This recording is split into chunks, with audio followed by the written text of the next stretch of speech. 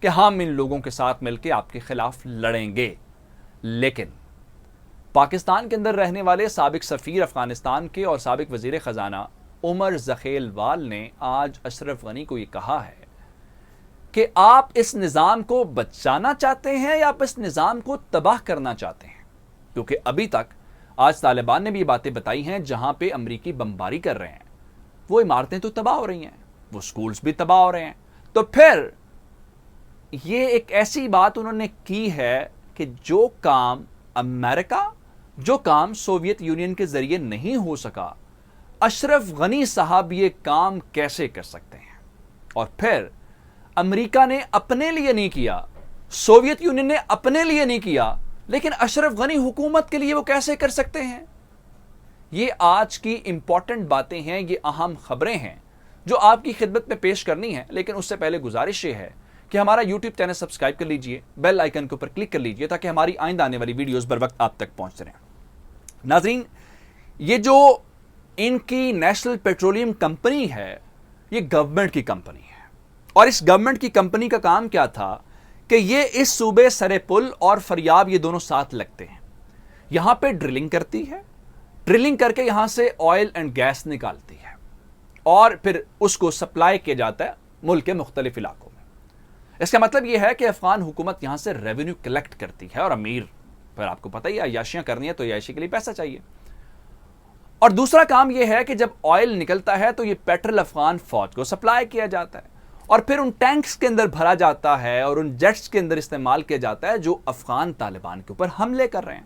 تو آج انہوں نے سرے پل کو فتح کرتے ہی کیا کیا کہ ناظرین انہوں نے اس آئل اینڈ گیس کمپنی کا کنٹرول سنبھالا, جس کا مطلب یہ ہے کہ افغان فوج کو پیٹرول کی سپلائی ختم.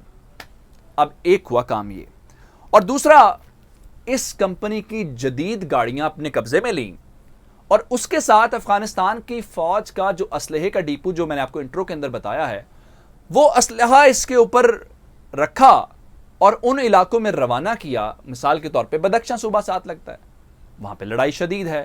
تخار کا صوبہ قریب ہے, وہاں پہ شدید لڑائی ہو رہی ہے. ان علاقوں کے اندر یہ اسلحہ بھیج کے طالبان نے کیا کامیاب پتہ کھیلا ہے کہ جناب افغان فوج کے خلاف لڑائی, افغان فوج کے اوپر حملہ, افغان فوج کے اسلحے کے ساتھ.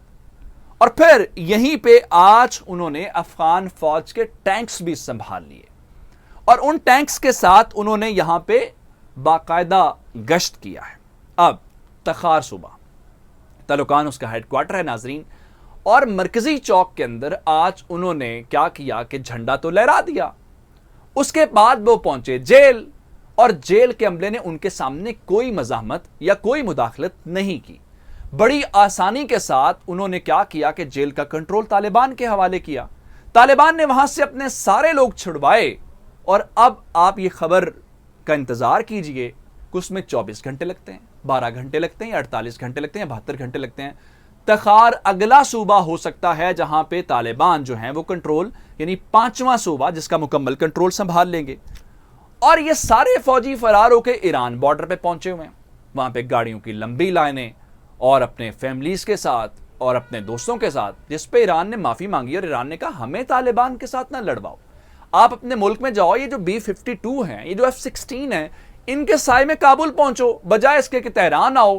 تو انہوں نے اپنے بارڈر آج دروازے بند کر دیے ہیں. عمر زخیلوال جو سابق وزیر خزانہ ہیں اور سفیر پاکستان کے اندر, انہوں نے کہا اشرف غنی صاحب اگر بمباری سے حکومتیں قائم رہتی جو آپ کل پرسوں سے کر رہے ہیں B-52 کا, تو سوویت یونین کے پاس طیارے نہیں تھے. یہ امریکی اپنے لیے بمباری کیوں نہیں کرتے رہے؟ انہیں پتہ ہے سے مسئلہ حل نہیں ہونا.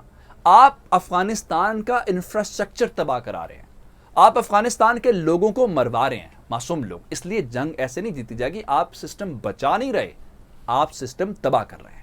یہ تھی افغانستان کے حوالے سے اپڈیٹس. مزید بھی لے کے آپ کی خدمت میں حاضر ہوں گے. مجھے عمر دراز گوندل کو فیس بک, ٹویٹر, انسٹاگرام کے پر فالو کر سکتے ہیں. میرا یوٹیوب چینل سبسکرائب کیجیے گا. آپ کی سماعتوں کا بہت شکریہ. خدا حافظ.